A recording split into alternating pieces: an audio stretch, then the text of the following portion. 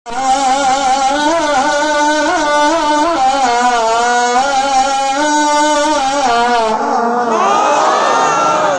মানুষ কিন্তু কোরআনের আওয়াজের পক্ষে এত আসতে বলেন আল্লাহু আকবার, জোরে বলেন। সামনের ভাইরা চুপ থাকেন, পিছনে ভাইরা আবার বলেন তো আল্লাহু আকবার, আল্লাহু আকবার। না ঘুম ধরছে ভাই, পিছনে ভাইরা চুপ থাকেন, সামনের ভাইরা আবার বলেন তো আল্লাহু আকবার। আবার সামনের ভাইরা পিছনে ভাইরা মিলে ঝিলে বলেন তো আল্লাহু আকবার। আফসোস পরিতাপের বিষয়, আমার দেশের কিছু মানুষ মনে করে, খুচরা দেওয়ানি মনে করে নারায়ে তাকবীর আল্লাহু আকবার এটা জামাতের স্লোগান, এটা হেফাজতের স্লোগান না। আল্লাহু আকবার কোন দলীয় স্লোগান নয়, এটা মহান স্রষ্টার বিধান, এটা কার বিধান? দেখেন তো কানে কথা কয় না, যে কথা বলবে না মনে করবেন ওর উপরে ফিটপা, ওর উপরে ছাপ্পা, ভিতরে দেখাপ্পা, জবান খোলে না। হাত তোলেন, সবাই হাত তোলেন, সবাই হাত তোলেন, যাতে আওয়াজে ভাবে বোঝা যায় রাত 9টা বাজে। হ্যাঁ হাত তোলেন, টান টান করে ধরেন, মুখ করে ধরেন, আঙ্গুলগুলি ফুলের মতন সরান, ছাপলা ফুলের মতন আঙ্গুলগুলি সরান। অ্যাটেনশন ঠিক করার জন্য, ঘুম ভাঙানোর জন্য ডান বাম একটু নাড়াচড়া দেন, ধরে নাড়েন, ধরে নাড়েন, ধরে নাড়েন। আর মুজাহিদের ভূমিকা পালন করে ইসলামী আন্দোলন কর্মী হয়ে ন্যায়ের পক্ষে অন্যায়ের বিরুদ্ধে বীরগঞ্জ রানী শঙ্কর বরিয়াডাঙ্গি ঠাকুরগাঁ জমিন ইসলামী আন্দোলনের ন্যায়ের পক্ষের প্রতীকের উর্বর জমিন বড় বড় তাকে দাফন করার লক্ষ্যে উচ্চাওয়াজে বলেন আল্লাহু আকবার, আল্লাহু আকবার। কোরআন সুন্নাত যেখানে আমরা আছি সেখানে, আলে ওলামা যেখানে আমরা আছি সেখানে, নারায়ে তাকবীর। আমি সম্মানিত সাবেক এমপি মহোদয়ের দৃষ্টি আকর্ষণ করে বলছি বিনয়ের সহিত, আমিও আপনার সাথে দ্রুত শেষ করে চলে যাব, কারণ আজকে যে ঝামেলা ছিল সে ঝামেলা শেষ করে ফেলেছি। এখন শুধুমাত্র অনলি 30 থেকে 40 মিনিটের মধ্যে আমি 3 ঘন্টার কথা প্যাকেজ করে সুন্দর করে ফিনিশিং দিয়ে বিদায় নিয়ে চলে যাবো ইনশাআল্লাহ। এতটুকুন সময় সবার কাছে প্রবীণ নবীন অরুণ তরুণ দের কাছে করুণ ভাবে বিনয়ী আমি তো আবদার করছি, আল্লাহুল মুস্তাআন ওয়া বিয়াদিহি তাওফীক, আপু ওয়াইসব আল্লাহ। আওয়াজ দিয়ে বলেন না আমিন। আমার ভাইরা, আমার বন্ধুগণ, কথা ছিল অনেক, কিন্তু বাদান পরিবেশ পরিস্থিতির কারণে ব্যবস্থাকে গ্রহণ করে অবস্থার পরিবর্তন করে বাবাজি সামান্য সময়ের মধ্যে কথাগুলি বুঝায় বলল। ভাইজান কেউ যদি চলে যায় তাদেরকে চলে যেতে দিবেন, কারো যাওয়া দেখে আমার বন্ধুগণ কেউ যাবেন না। একটু পরে দেখবেন কাটা কবুতরের মতন বাজান না ভালাফি করবে, মনের অজান্তেই বাজান ইচ্ছার বিরুদ্ধে চোখের পানি পড়ে যাবে। আরে ভাইয়া, জীবনে কোনদিন আসিয়ার না সেটাই জীবনের শেষ বয়ান হতে পারে। কার জন্য জানি জীবনের শেষ মাহফিল, কার পিছনে জানি মালাকুল মউত দাঁড়ায় রইছে, কার জন্য জানি জগনার বাস রেডি হয়ে গেছে, কার জন্য জানি কাপড় কাপড় তৈরি হয়ে গেছে। আল্লাহ রাব্বুল আলামিন ডাক দিয়ে বললেন, নবী গো, আমি আপনার উপর যে কোরআন কারীম খানা নাযিল করলাম নবীজি, এটা এমন একখান কোরআন শরীফ, এই কোরআন কারীম আমি আল্লাহ আপনার জন্য ওয়ালি কওমিকা, আপনার উম্মতে মুহাম্মাদীদের জন্য মহা সম্মানের বস্তু বানায় দিলাম। কোরআনের দরজা অন্তরে আছে, কোরআনকে যারা সম্মান করেন আওয়াজ দিয়ে বলেন না সুবহানাল্লাহ, আরো জোরে জোরে বলেন না সুবহানাল্লাহ। আল্লাহ বললেন, নবীজি तमाम পৃথিবীর মানুষগুলোকে আমার পক্ষ থেকে জানিয়ে দেন গো নবীজি, আমি আল্লাহ রাব্বুল আলামিন আপনার উপর যে কোরআনুল কারীম নাযিল করলাম, এই কোরআন আমি আল্লাহ আপনার জন্য, ওয়ালি কওমিকা আপনার উম্মতে মুহাম্মাদীদের জন্য মহাসম্মানের বস্তু বানাই দিলাম। রব বলেন, আল্লাহ বলেন, বান্দা আমার শোনো, ওয়া ইন্নাহু লাযিকরুন লাকা ওয়া লিকওমিকা ওয়া সাওফা তুসআলুন। আওয়াজ দিয়ে বলেন না আল্লাহু আকবার, আবার বলেন না আল্লাহু আকবার। আল্লাহ বললেন, নবীজি কোন কোরআনুল কারীমকে আমি আল্লাহ মহা সম্মানের বস্তু বানাইলাম। মাফ করবেন বাজান, যদি কোন হিন্দু থাকেন, বৌদ্ধ থাকেন, খ্রিস্টান থাকেন, আতাল থাকেন, সাতাল থাকেন, জাতি থাকেন, উপজাতি থাকেন, আমি কোন ধর্মকে ক্রিটিসাইজ করার জন্য বলতে আসি নাই। আল্লাহ রাব্বুল আমিন কোন কোরআনকে মহা সম্মানের কিতাব বানাইলেন। শ্রীমদ ভগবত গীতা আমার বন্ধুগণ, আমার ভাইরা, একজন ব্রাহ্মণদের ঠাকুর, একজন মনীষী, তিনিও বাদান তার ধর্মীয় গ্রন্থের মধ্যে কথাটা প্রকাশ করে, গোপন কথা আমার বন্ধুগণ ওপেন করে দিয়ে বলে দিয়ে গেছেন। বেদা বিভিন্ন শ্রুতির তজ্জপিনম মুহাম্মাদন বিবাক্কাতি মুবাক্কাত বিবাক্কাতি মক্কাতন হারাম কররম দোহা। আরে পৃথিবীর মানুষ, তোমাদের মধ্যে ওই ব্যক্তি উত্তম ব্যক্তি হবে, ওই ব্যক্তি সম্মানিত ব্যক্তি, মহামানব হয়ে যাবে, যেই মহামানব বাক্কা থেকে মক্কা হওয়ার হেরা গুহার মধ্যে ধর্মগ্ন অবস্থায় থাকবে। আর তার মহান আল্লাহ মক্কার দেশে হেরা গুহা কোরআন নামক বিধান আল্লাহ নাজিল করে দিবে। দিয়ে বলেন সুবহানাল্লাহ। আমার ভাইরা, যদি আমার শ্লোক পাঠের মধ্যে ভুল থাকতে পারি, আমি নতুন করে কালেমা পড়ে মুসলমান হই নাই, মুসলিম ছিলাম না। এরপর বাজান ক্ষুদ্র জ্ঞান দ্বারা যতটুকু স্টাডি করেছি, আমার বন্ধুগান, হিন্দু জাতির, হিন্দু ধর্মের বন্ধুগান, মনে কষ্ট নিবেন না বাজান। সনাতন ধর্মের মানুষ যারা আছেন তাদেরকে বিনয়ের সহিত বলছি, সম্মান শ্রদ্ধা করে বলছি, গালি গালাজ করে না, ক্রিটিসাইজ করে বলছি না। তবে চ্যালেঞ্জ করতে চাইলে open challenge, I can challenge, nobody cancel. আমার বন্ধুগণ, কোন বডিকে আমি ভয় পাই না। আল্লাহর জমিনে আল্লাহর কথা বলবো। মুসলমান জন্ম নেই একবার, মুসলমান মরে বারবার, কিন্তু ইসলাম রক্ষার জন্য, ইমান ইসলামের পক্ষে মুসলমান মরতে চায় বারবার। বলেন ঠিক না বেঠি? আরো জোরে জোরে বলেন ঠিক না বেঠি? আমার বন্ধুগণ, তাদের ধর্মগ্রন্থ খুলে দেখবি। কেন বাজান আমি কথা বলি, গুরু কথাগুলি বলছি? গতকালকে যখন পার্বতীপুর, এমনকি মিঠাপুকুর, রংপুর জেলার বদরগঞ্জ থানার, এমনকি ফুলবাড়িয়া থানার, দিনাজপুর জেলার একটা অংশ বাজান মধ্যপাড়া কয়লা খনি, পাথর খনি, এই অঞ্চলে বাজান ঢুকতেছিলাম, খাটের উপর বসা ছিলাম। একজন ব্যক্তি টুপি মাথায় দাঁড়িয়ে রেখে আমার কাছে গিয়ে বলে, হুজুর, আমি আপনার হাতে হওয়া মুসলিম, আমি আপনার হাতে কালেমা পড়ে মুসলমান হয়েছি। হুজুর আমায় চিনছেন কিনা? ছোট্ট বলছি আপনার কাছে, আজ থেকে 11 বছর আগে কালেমা পড়ে মুসলমান হয়েছি।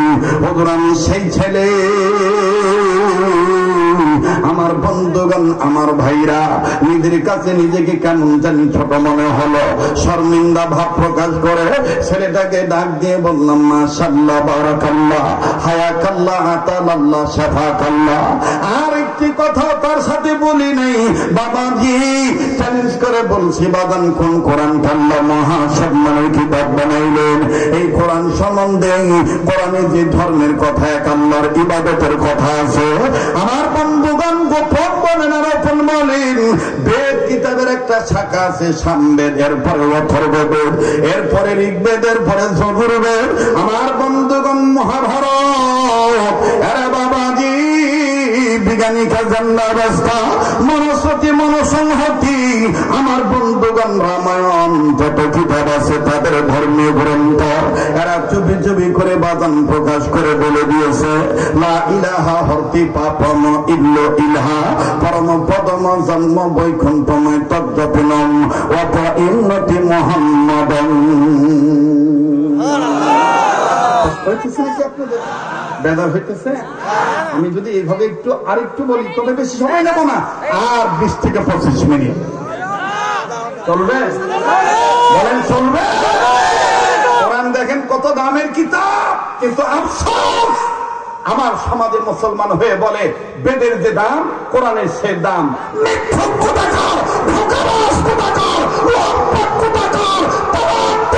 সকল ধর্মের কিতাবের পাল্লায় রাখবি আর মুসলমানদের কোরআনকে পাল্লায় রাখবি কিয়ামত পর্যন্ত কোরআনের পাল্লার ওজনই ভারী হবে। কথা বলেন ঠিক কিনা? কোরআনের পাল্লার ওজন বাড়ায় দিবে কে? যারা বলেন কে? ভয় পাচ্ছেন নাকি? কথা বলতেছেন না যে বোবার মতন আছেন যে কি ভাই কথা বলতে সমস্যা আছে?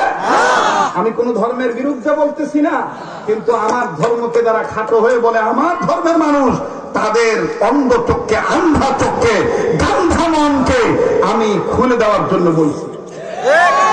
রাগ করতেছেন? বেদার হইতেছেন? মানুষ রূপে জন্ম নিয়া জানোয়ারের ভাব দেখান কোরআন হাদিসে দিয়া হইলা তোমরা না ফরমান। কথা কয় না কোরআন সুন্নাহ ছেড়ে দিয়া হইলা তোমরা না ফরমান। আবার ভোটের সময় আসলে তোমরা হাওলাতি টুপি মাথায় দিয়া জনগণকে দেও পান। আরে ভালো কাজে জান্নাত মিলবে মন্দ কাজে জাহান্নাম। আরে ভালো কাজে জান্নাত মিলবে মন্দ কাজে জাহান্নাম।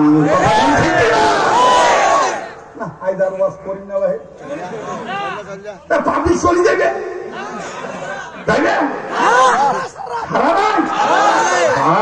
মানুষ কেমন করে শিখবে তোমার ভাইনা মাদ্রাসা পড়ে ওরা এত শক্তি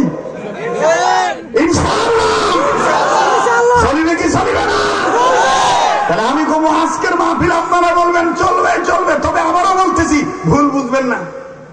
ওই তোমার হরিপুরের এক মিস্ত্রি আমার ঢাকাত গেছে সাত ঢালাই শেষ আধা পোয়া 3 পোয়া আদলা ফুলি 10 ইঞ্চি বাঁচি গেছে। এখন লেবারও ডাকি কষে হেড মিস্ত্রি হ্যাঁ অন্য শ্রমিক নিয়ে এগুলো নিজত নামাইতে গেলে আলাদা মজুরি দেওয়া লাগবে তো তুই এক কাম কর টাকা পয়সা লাগলে তুই 2টা টাকা ধরে নিস এই ছাদর থাকি টপ করে রাস্তা ইটা ফালাই দিস তবে শুনিস মানুষ দেখে ফালাইস। এই চ্যাংড়া উল্টা বুঝছে ইটা নিয়ে চুপ করে বসিয়েছে ওই যে হেড মিস্ত্রি কইছে মানুষ দেখে ফালাইস ইটা আর ফালায় না। মানুষ যখন যায় টপ করিয়া মানুষ দেখিয়া মানুষের মাথা ফেলে 2-4 জনের মাথা যখন এরকম ইট ফেলায় মাথা ফেলাইছে এলাকাত নাগি গেছে কাঁসাল বোঝেন নাই? একবারে কাবুয়া কাসাম একবারে রাগা রাগি সব রাগিয়া এখন ডাক দিয়া বলতেছে কি বাড়ি বানাইছে না বাড়ি মানুষ মারার কারখানা বানাইছে তো ওপরে থাকি ইটা ফেলে দি কেমন মানুষের মাথা ফাড়া। বাড়ি এলাকা ধরছে বাড়ি এলাকায় আনতাদের ডাঙ্গার না দোষ আমার না দোষ হেড মিস্ত্রি ধরছে এলাকাবাসী হেড মিস্ত্রি দোষ আমার না দোষ লেবারে লেবারে ধরি আনছে লেবারে যখন ধরি ডাঙ্গাবে ধরছে থামেন আন্দাজে ঝাপান না আবার আন্দাজে ডাফায় না ডাঙ্গানো না আমার দোষ কি আমার যা কইছে আমি তো তাই করছি কত কি কইছে জিজ্ঞেস করেন আমার মিস্ত্রি হামাক কইছে কিনা মানুষ দেখি পালাইছে মানুষ দেখি পালাইছে মিস্ত্রি কো বাবা আমি বললাম কি তুই বুঝলো কি? এখন আমাদের সমাজে দেখেন ভোট এটা তো ইমানি একটা আমানত মুসলমানদের কাছে। এটা আমাদের সম্মানিত স্যার অভিভাবক তুল্য একজন ব্যক্তি তিনি বললেন যে ভোট যদি হয় তবে স্যারের সাথে আমি একটা চিকন কথা কই এবার কোরআন শরীফটা সরা তো সরা স্যারের সাথে মুই একটা চিকন কথা কই মোর কাছে তথ্য আছে। ইউনুস কাকার তো চিনেন নাই, চিনিবেন। ওই জন্য আগে কইছি চ্যাংড়ার বুদ্ধি গলা, বুড়ার বুদ্ধি তলা। খুব ঝাপাইতেছেন, এবার ক্ষমতা আমার, সিট আমার। চাচাক চিনেন না, চাচাকে এখনো কাউ চিনেন নাই। চাচা এমন কাম করিবে, খালি মাথা থাবড়াইবেন আর পাঁচিলা হাতাইবেন। কথা কয় না? এখনো সময় আছে, এখনো সময় আছে। নিজের বিবেক পান হয়ে থাকলে বিবেকের চোখ খোলো। আমদানি করা কারো উপরে ভরসা না করে তাওয়াক্কুল কর আল্লাহ। আমার দেশ, আমার জীবন, আমার প্রেম, আমার ঈমান, মরলে মরব। কোন বিদেশিরা মন্ত্রেটার যে মুখাজ্জের উপর ভরসা করে নিজের ঈমান আমার নষ্ট করব না।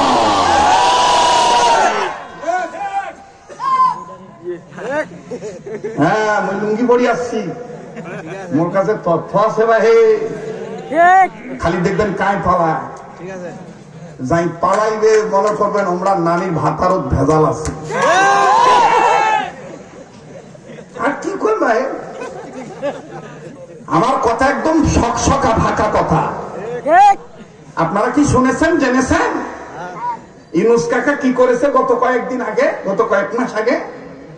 ইউনুস কাকা আমাদের চোখে সুন্দর করে একেবারে চশমা পরায় দিয়ে লালন দিবসকে জাতীয় দিবস হিসেবে ঘোষণা করেছে।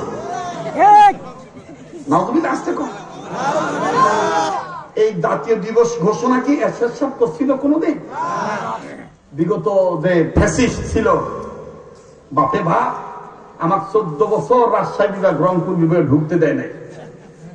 বদরগঞ্জ, তারাগঞ্জ এক এমপি ছিল, মন্ত্রী, পরে মন্ত্রী হয়েছে, আমার ঢুকতে দেয় নাই। আমার কথা শোনেন, আমার বন্ধুগণ, লালন কোনদিন মুসলমানদের আধ্যাত্মিক গুরু হতে পারে না। মুসলমানদের ধর্মীয় গুরু বিশ্বনেতা জনাবে মুহাম্মদ রাসূলুল্লাহ। ওখান থেকে কাই কইলে যে ওগুলা শুনবে চাইনি আমরা, তো না শুনবে চাইলে চলি যা ভাই। এটা আমার ইমানি আন্দোলন। মদ, গাঁজা, আজকে বাংলাদেশের যুবকদের চরিত্র ধ্বংসের পিছনে কতগুলি কারণ আমি খুঁজে বের করে দেখেছি। 1 নম্বর নারীদের বেপরদায় চলন ফিরন, 2 নম্বর গ্রাম শহর সকল জায়গায় মাদক সেবন। কথা বলে নারীদের ওন্না দেওয়ার কথা ঘন্টা লম্বা করে দিবে, লম্বা করে দিবে। আগের মায়া বোনেরা লেখাপড়া কম জানতো, টিপসই দিয়ে সবকিছু সাজতো। আর এখন লেখাপড়া জানে কিন্তু অন্য পয়েন্টে না দিয়া জয়েন্টে বাদি থুই দেয়। এটাই তো ব্যাখ্যা। আরে ভাই, কে কি বলে না বলে ওগুলো দেখার টাইম নাই। ইউনুস সাহেব আরো 100 বছর থাক, 50 বছর থাক, ক্ষমতা খাই দেবে না দেবে ওরা নিয়ে আমি গরিব মানুষ নয়, মন্ত্রী বেটা কই মন্ত্রী চিন্তা করার দরকার কি? কিন্তু আমার যেহেতু অনেক জায়গায় ইমাম মানে, বক্তা মানে, নেতা মানে, এটা নেতা হয়ে আমি অনুসারীদেরকে বলতে চাই, কোরআন সুন্নাহ বিপ্লব ছাড়া, আন্দোলন ছাড়া মানুষের তৈরি করা আইন দিয়ে কোনদিন মানুষকে মানুষ বানানো যায় না।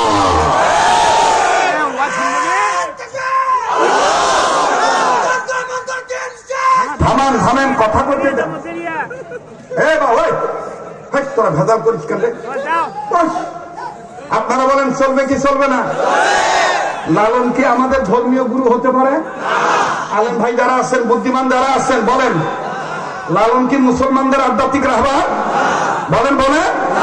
লালনের মাজারে আর কিছু শিক্ষা দেওয়া হোক আর না হোক, গাঞ্জা কিন্তু পাওয়া যায়। কথা কয় না মামুন ভাই, কথা খেয়াল করেন।